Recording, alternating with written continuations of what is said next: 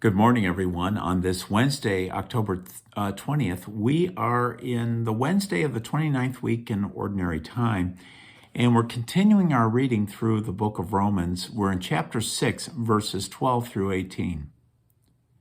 Brothers and sisters, sin must not reign over your mortal bodies so that you obey their desires. And do not present the parts of your bodies to sin as weapons for wickedness, but present yourselves to God as raised from the dead to life, and the parts of your bodies to God as weapons for righteousness. For sin is not to have any power over you, since you are not under the law, but under grace. What then? Shall we sin because we are not under the law, but under grace? Of course not.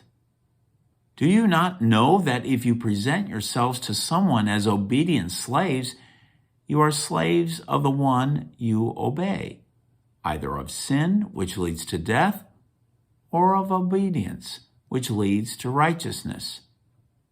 But thanks be to God that although you were once slaves of sin, you have become obedient from the heart to the pattern of teaching to which you were entrusted.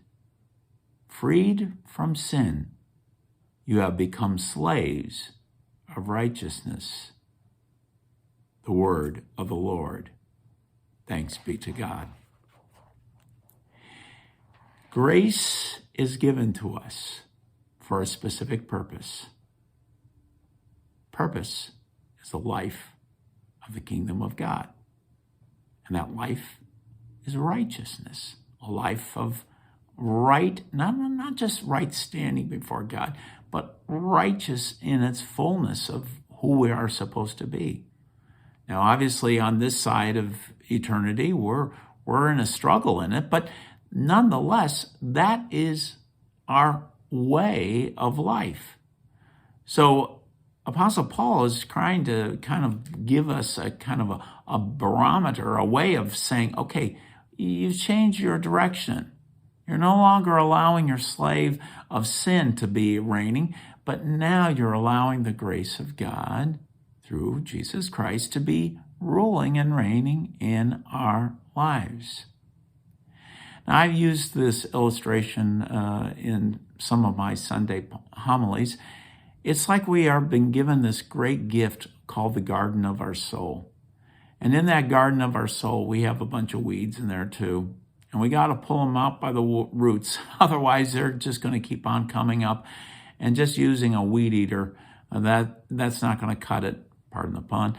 It will just spring right back up. But we got to pull out those weeds. Pull them out completely.